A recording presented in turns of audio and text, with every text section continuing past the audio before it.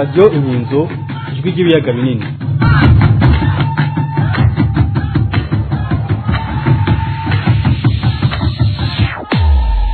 Chuti bagenzi namwe bakunzi ba radio televiziyo Inkinzo ijwi ry'ibiyaga binini, turabaramukije aho muri hose tubifuriza amahoro y'Imana. Tunabashimira mwebwe mwese mwakoze subscribe hano kuri radio televiziyo Inkinzo. Turarika n'abatarayikora kugira mu yikore mubashe kubona amakuru y'ukuri ndetse mubashe kubona amakuru ya kahise kibi bihugu by'aka karere kibiyaga binini, Afrika ndetse no kwisi yose muri rusange. Uyu munsi rero tugiye kugaruka ku kibazo cy'ubutungane mu gihugu cy'u Burundi. Ikibazo cy'ubutungane mu Burundi carabaye akananira bahinga, abantu benshi cyane barafatwa bagafungwa atategeko na rimwe rikurikijwe, eka mbere niyo baburanye bagatsinda ntibarekugwa. Muri studio za radio Inkinzo ijwi ry'ibiyaga binini twakiye intumwa y'Imana akaba n'umusesanguzi Bernardo Ntungwanayo. Apotre Bernardo Ntungwanayo turakuramukije tugwikaze muri studio za radio Inkinzo ijwi ry'ibiyaga binini. Ndabaramukije nanze ndaramukije n'abazotwumviriza n'abariko baratwumviriza. Apotre uri intumwa y'Imana mu bantu, ukaba umwanditsi w'ibitabo, ukaba uri n'umushakashatsi n'umusesanguzi, mbere ku batabizi akaba ari wewe werekanye ubwa mbere inkomoko y'ubwami bw'u Burundi muri Munyonyo 2022. Niwe werekanye idonido ry'amoko mu karere kibiyaga binini, ukaba wace wiyemeza kugwanya ivyiyumvyo by'ihonyabwoko n'ihonyabwoko n'ivyaha bishamikiyeko. Abanywanyi ba radio televiziyo Inkinzo ijwi ry'ibiyaga binini baradusavye ko twokubaza ukubona ikibazo cy'ubutungane bw'u Burundi kubijanye n'abafungirwa ubusa. Twagomba no munsi ubwire abatwumviriza ingene abakenyezi n'abigeme bahabwa ubutungane mu Burundi. Murakoze cyane, ni kibazo kitoroshe kumbaza ibijanye n'ubutungane mu Burundi. Mu Burundi nta butungane buhari mu ijambo rimwe. Ubutungane mu Burundi bweruka kera cyane n'abagerageje kubuzana byagiye birapfa kubera inyungu zabo bashira imbere, ugasanga bamwe baratunganirizwa bo ku ruhande rumwe abandi bo ku rundi ruhande ntibatunganirizwa. Nagira ngo ibi bintu bicemwo ibice bibiri canke mbere bitatu. Igice cya mbere turabe ubutungane bwo mu gihe cyo ku ntwaro y'ubwami. Ubutungane bwo ku ntwaro y'icami uhereye kuri Ntare Rushatsi Cambarantama, umwuzukuruza wa Ntare Karemera Ruhinda, Karemera Kasinzi wa Nyamuhanzi wa Ndoba, umwami w'u Rwanda rwa Gasabo. Uyo Ntare Rushatsi Cambarantama niwe yimakaje atsimbataza ugisata c'abashingantahe cyangwa ubushingantahe mu Burundi. Ubwa mbere nagira ngo mbwire abatwumviriza cyane cyane ugwaruka yuko urwego rw'abashingantahe ruboneka mu gihugu cy'u Burundi honyene kw'isi nzima. Abashingantahe rero baba ari abantu bamize akabuye k'abagabo, abantu batagira ko umugayo, babana neza n'abandi, batunganiriza bashwanye bakabunga kugira ngo babane mu mahoro.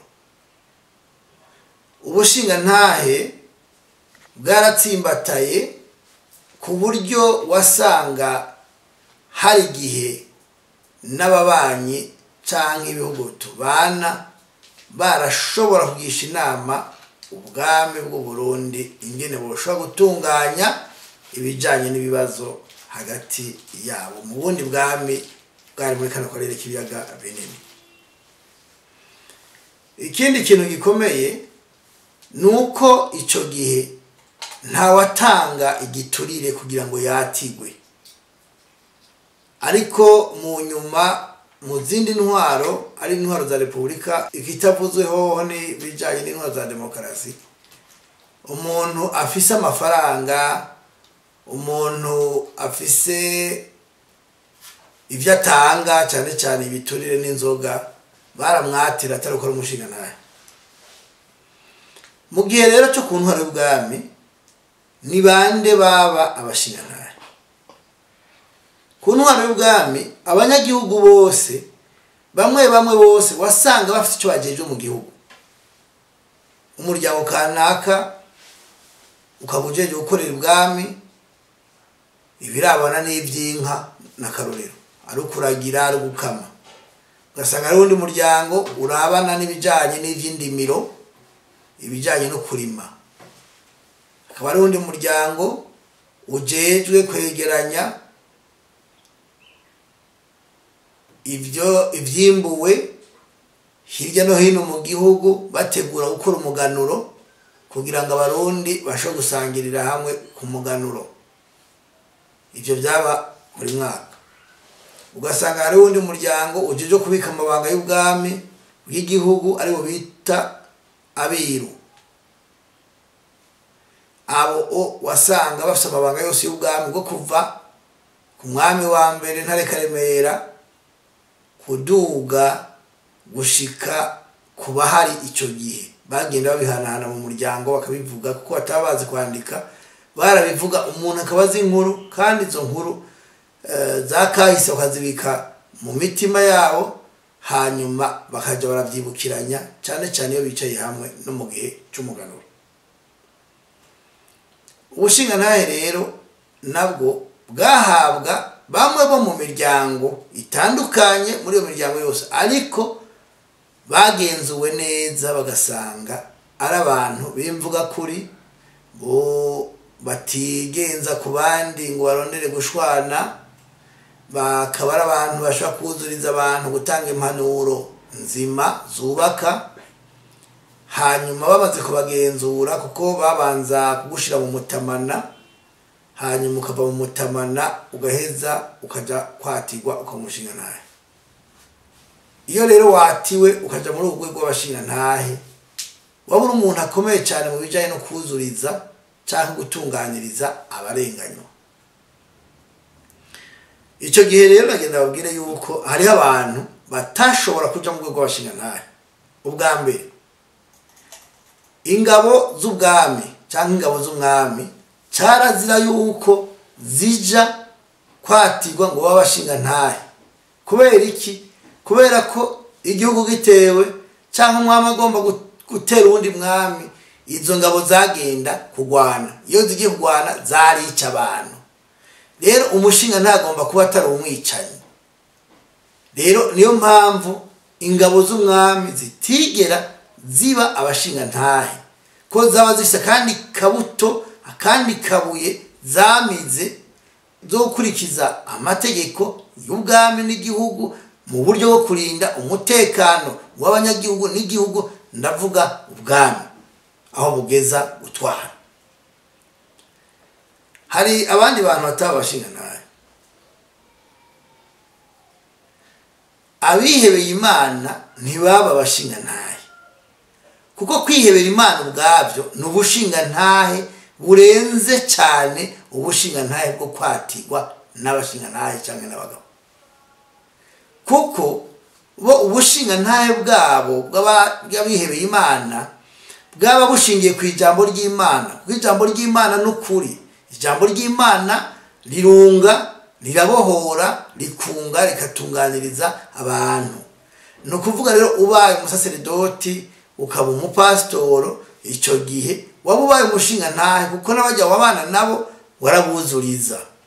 Ariko ubwo bushingantahe bwari butandukanye n'ubushingantahe bwo kwatirwa ukaba umushingantahe mu gihugu.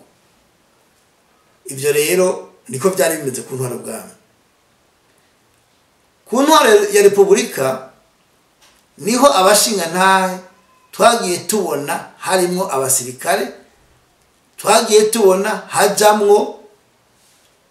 abihebeye Imana. Aho rero niho ubushingantahe bwatanga gutosekarira. Icya kabiri, ndazi ko ibi byo abavyumva ari bake. Ubushingantahe ntibwarenga urubibe. Ubushingantahe nubwo mu gihugu hagati butunganiriza abanyagihugu, butunganiriza bene Burundi. Hanze umushingantahe iyo asohotse igihugu yasohokana ubuntu buri muri we nibwo bwajana nawe. Ariko mu ntwaro za demokarasi cyangwa cya gatatu nababwira, twasanze ubushinga ntahe bugenda mu bindi bihugu mbere bakatira abashinga ntahe mu bindi bihugu ntitwanse uwo mugigwa ariko ngira ntitwowita gutyo tuwise gutyo twumva ko ari ibindi kuko ubushinga ntahe tuba twamaze kubutitura kuko ibyo bihugu ugiye kwatiramwo abo bantu ngo n'abashinga ntahe haba hariho amategeko agenga bo muri ico gihugu yuko urenganijwe ahamagara polisi n'abo mwana kandi amategeko muri ico gihugu uwitwaye urubanza ruranyaruka bagatunganiriza uwo muntu neza abashinga ntahe ntaco bazobabaza ko ntivyumvikana ibikorwa bikorwa muri ibyo bushinga ntahe ubutungane bwo ku ntwaro y'icami bwari bwiza cyane gusumba ubutungane bwo mu ntwaro za repubulika n'intwaro za demokarasi kuko abashinga ntahe bakora akazi kabo bakubahiriza n'ubumuntu bwabo n'ubushinga ntahe abarundi bagasangira kabisa gahiye udohotse akanyerera bakamusubiza mu murongo bakamuhanura cyangwa imbere bakamukebura bakamuhana iyo yanse gose baramuhana baracana amande kubakoze amakosha ibara rero riho ryagiye kugwa muri bya demokarasi niho ngomba kuza kugira nisho ikibazo mwambajije kijanye n'ubutungane buhabwa abakenyezi n'abigeme ubwa mbere demokarasi ya Forodebu ubushinga nta naco babuvuga ko ariko nta nico babona kuko bari bahejeje kumena ibanga abari baratiwe nk'abashinga ntahe hariho bamwe tuzi canke bamwe bavugwa ko bataye ibanga ry'ubushinga ntahe bagasesa amaraso iyo rero umuntu ashesha amaraso ubwo nyene ubushinga ntahe abaje kubutakaza CNDD-FDD itashe yoyo yarabigoroye neza ibikora ku mugaragaro iravuga yuko batemera ubushinga ntahe kandi ko atazopfa babaye abashinga ntahe ko ari cyo gituma bo biyemeje kuba abagabo badashobora kuba abashinga ntahe ibi mvuze nibo bavyivugiye si jewe ndabibavugiye kubera iki bashesha amaraso ntibo babashinga ntahe baruciye neza uyu munsi rero baramutswa ingoma baramutswa igihugu nico gituma tabutungane buri mu gihugu navuze nta butungane buri mu gihugu cy'u Burundi reka ndababwire nkuko narimvuze ngo uyu munsi mwari mumbaje muti uyu munsi mubona gute ikibazo kijanye n'ubutungane buhabwa abakenyezi n'abigeme reka ndabakarorero mwibohero hari uwitwa Sandra Muhoza baherutse kumupfunga bamwagiriza yuko kuri WhatsApp yavuze ko mu Burundi leta yazanye imipanga none uyo muntu ko ari umukenyezi ubu by'ukuri bamupfungiye iki leta mwarigeze mwumva ivuga ko atamipanga yazanye bivugwa mu binyamakuru bivugwa no mu maradiyo ntibavuze ingene iyo mipanga yaguzwe bakavuga niyo mipanga ingene yinjiye mu gihugu bakavuga n'ingene yatanzwe ubu yageze imwe yageze muri Kongo bakavuga n'ingene muri Kongo iyo mipanga iri kiratema bakabesha ngo igiye gutema amashamba baronka aho baca abasirikare kandi igiye gutema abatutsi muri Kongo kubera iki batofata ayo maradiyo yabivuze canke bene ayo maradiyo aho baje gufata uwabitanze kuri WhatsApp ubu rero uwapfungiwe iki umwe wese niyibaza icapfungiwe abarundi muze mwemere tuvuga ukuri ibyo byindi byo ku ruhande tubireke uyo mudamu Sandra Muhoza apfungiwe iki reka tuvuge kumumenyesha makuru Floriane Irangabiye Floriane yafashwa azira ngo yatangaje ibintu ku maradiyo none Floriane Irangabiye numukozi wa radio yakorera iradio igicaniro yari umujournaliste iyo radio irafise beneyo irafise amategeko yemera gukora cyangwa irafise kwikora ni gute ufata umujournaliste atanze amakuru kuri iyo radio ukamufata ukamupfunga ukamwagiriza bya byaha byo guhungabanya umutekano w'igihugu kandi yari umukozi mutoya. None ko yaca amahera yakora akazi, abamuhaye akazi barahari, kuko atari bo bobazwa ivyapfuciye kuri iyo radio, kuko atari bo bobazwa ivyo Florian Irangabiye yatangaje iyo babikuye. Kubera iki bahohotera Florian bakamupfunga, mbere akabuzwa n'uburenganzira bwo kwivuza rimwe na rimwe. Umurundi wese navyiyumvire ivyo bindi by'agafinye no kugenda mworosha ibintu mubireke, umuntu wese atangwe kwiyumvira kandi avuge. Imana yaturemye duha umunwa kugira tuwukoreshe mu kuvuga, kandi iyo uvuze birafasha abatari bake. Emerienne Sibomana, umudamu yakora kwishuri kuri Christe Roi yo kumushasha, umupadiri ariyo directeur w'iyo shuri, umuyobozi w'iyo shuri, yirirwa arasambanya abana b'abakobwa biga kuri iryo shuri. Emerienne Sibomana yari umunyamabanga wa padiri, no kwa secrétaire muri iryo shuri, atanga amakuru atabariza abo bana ko bakorerwa ivyamfurambi n'umuyobozi w'ishuri ariwe padiri Laurent Ntakarutimana. Laurent Ntakarutimana aho yofashwe haca hafatwa watanze amakuru. Sibomana Emerienne yatanze amakuru kwigenekerezo rya 27 ukwezi kwa mbere umwaka wa 2023, itariki 8 z'ukwa kabiri uwo mwaka nyene bamutaye muri yombi baramufunga, n'uyu munsi aracari mu ibohero. Teje y'Igitega ku itariki 27 z'ukwezi kwa gatanu umwaka wa 2024 bamuciriye urubanza wangondagonde warundi rucibwa n'ubutungane bucira inkonda yuko yofungwa imyaka 5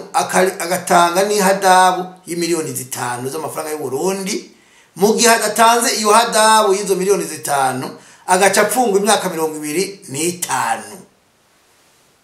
Ngaho mbwira ubwo butungane ibi bivuze iki? Napfunzwe n'icyaha yakoze, apfunzwe n'umuntu tutazi ariko akomeye wo muri CNDD-FDD. Reka tukiri ngaha tubumvishe ingene umukuru w'igihugu nawe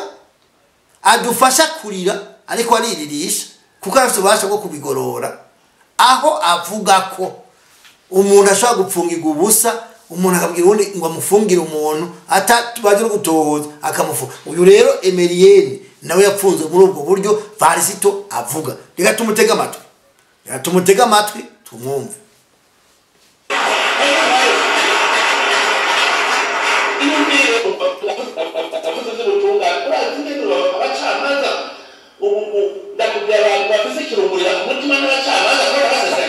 Bararunguriwe nanjye turarunguriwe.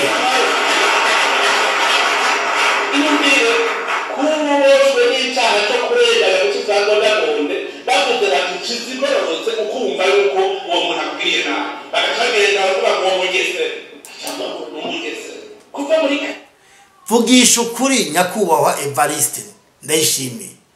Emerienne Sibomana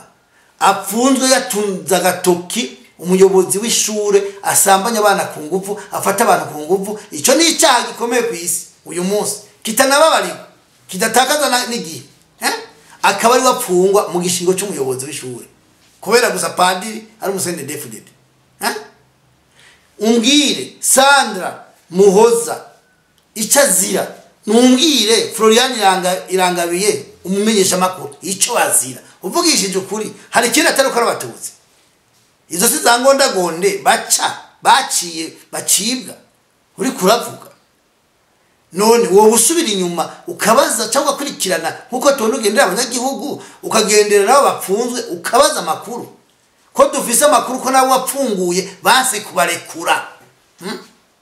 Babarundi bapfungiwe mu busho mu mpimba zitandukanye mu mabohero atandukanye ubarekura bakanga kubarekura bagusumbye ingufu cyane ucinyuma ukavuga uti nibagumeyo kuko n'abatutsi nukuri reka tukumvirize neza ubana bivuye n'ibindi kuko iciza cy'uyu munsi ibintu muvyivugira atawubabajije bigatuma haboneka umuco abakekeranya ko atacumu bamariye mukavyivugira hama bacabona ibiri ko birababako umenga akukugiye mwibohero kandi ariko ugiye kwidegenza neza wazi gusanga umenga abarundi bose barafunzwe kuko avuga ati jewe narengana kanzoza kwitwara ndabona abantu bitwara iwacu ku munsi jewe ntabona narengana ugasanga umuntu yafunzwe niyo yarabwira gufungwa abamenyeka rero nora mu mbasarayi nteretse n'abaprofere none uyu nawe afunze wiki bagira mbwira itegeko mufungisha waragowe kabisa waragowe umuntu bagera amahera kujya uyo bagaca yiruka uheruka abantu mufungiye kugira mwitange bagaca bafunga hariho akantu gaharanye rero gakomeye ngo bakorere kandi ngo niko yikaze dofo bagaca kamwiyoke ugasanga ni protokole barandikanye n'ubundi ngo hasigaye aho bazana amahera n'umuntu umuprokirere hariya ngo bumufungiye ngo urumva bafise dofo ndio kima ubu prokirere yaravye nite kima bavuga ko yaravye ko bagaca kamwiyoke je gushikaho ntabwo bafunze je numva abo bantu bafanye nena abantu nidegeje nkuko rero bivuga uravye kubijanye na Sandra na Florian mbere hari n'undi mudamu yitwa Gloriose Karegwa Kamikazi yarahuvye aranyerera ku munwa aratukana sijikiye abantu batukana atuka fami ntwari ko anyonyera nk'inkware ico gihe yarafashwe arafungwa apfunzwe gushika uyu munsi nta butungana arigera aronka umushikiriza manza yamusabiye gutanga ihadabu ry'imiliyoni 610 nibaza ko amusabiye gutanga izo miliyoni 610 nawe nyene atani nusu yayo arigera abona mu ntoki nawe yorara ariba gute nkuko uva ko bigo bariba icakabiri ndakeka ko mu mategeko y'u Burundi atahantu na hamwe haboneka itegeko rivuga ko umuntu atutse uyundi ariha amande nkayo icyagatatu ndibaza abo muri fami ntwari abo badamu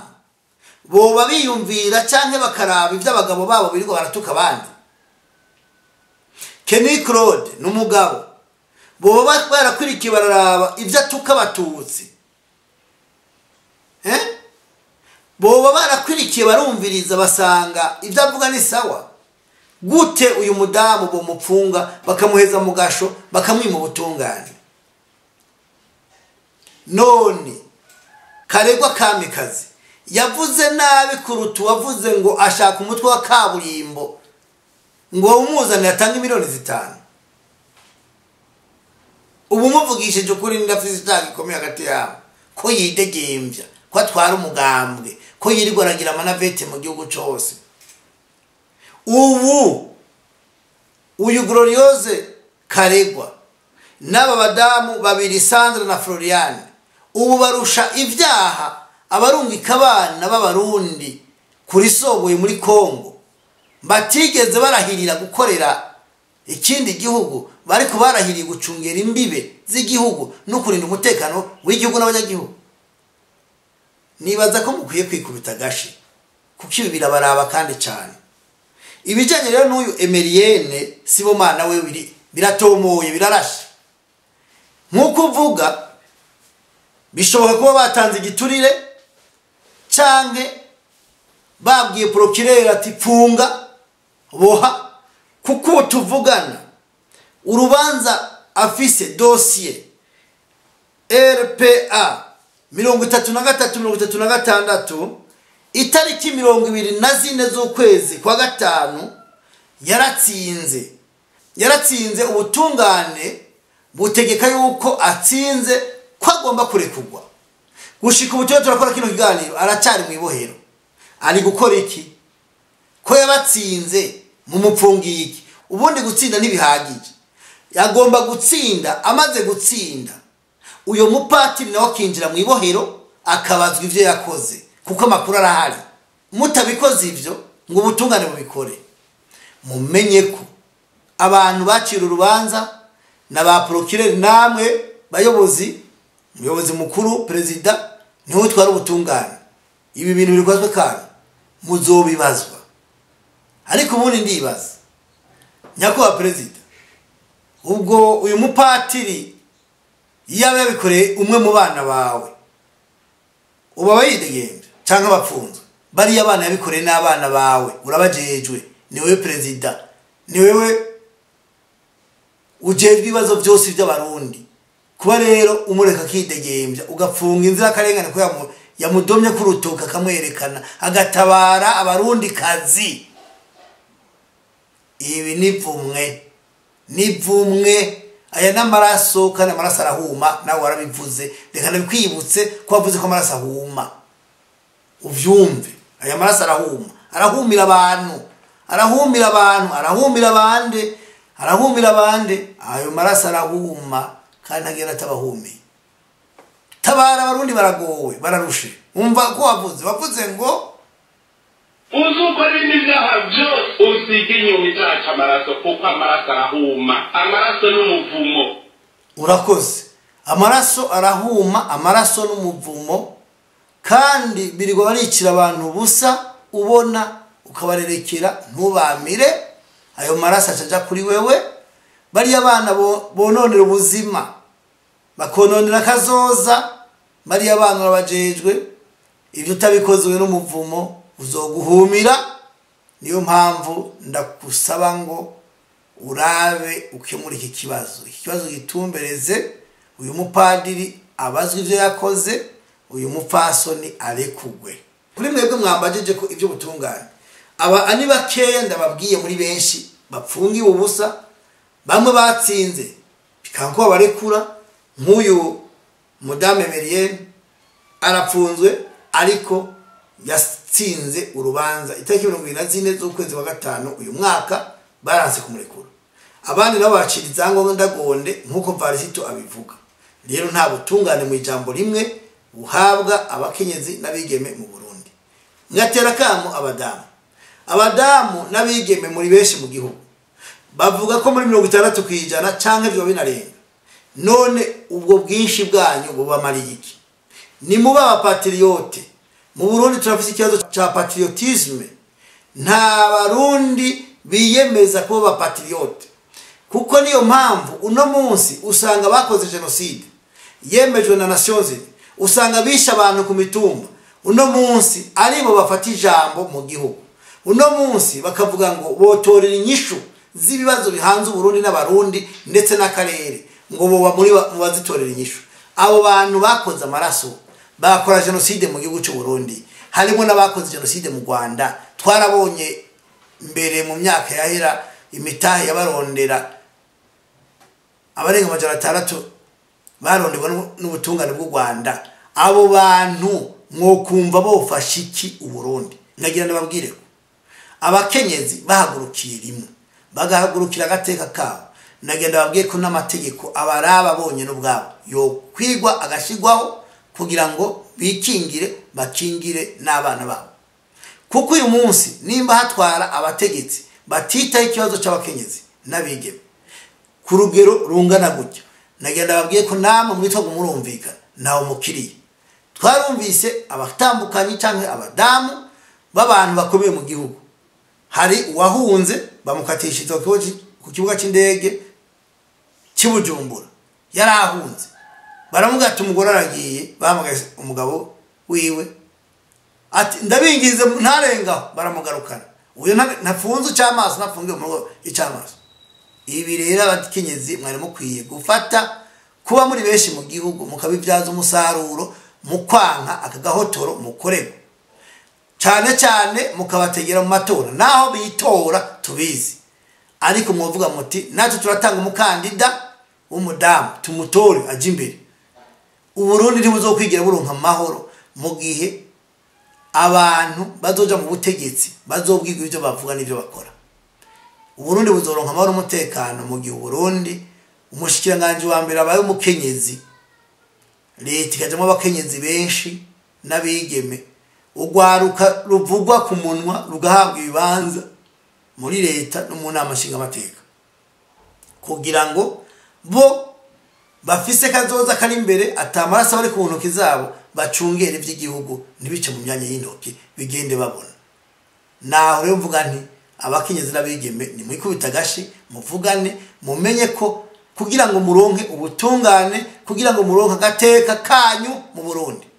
nuko CNDD-FDD niyo migango ya za J10 na J7 itabiriho kuko byabo byaramaze kunanirana.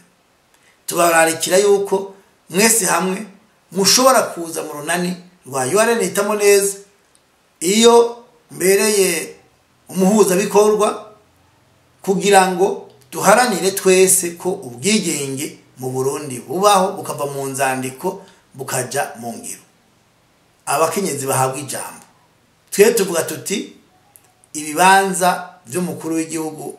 n'ibigambwe byateje ibibazo mu Burundi, abantu barahona.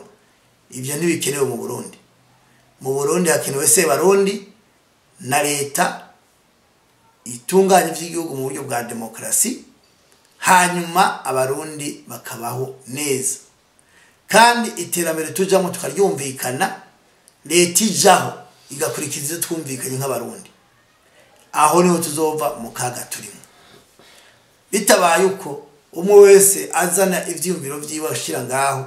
bamukuye baca bazana ibindi vyiyumviro vyabo, ntituzokwigira dutera imbere. Hazotera imbere akagwe kari ku butegetsi nkuko kamaze imyaka 19 kimba ubutare, kimba izahabu, gashorana ikere bavango na maese,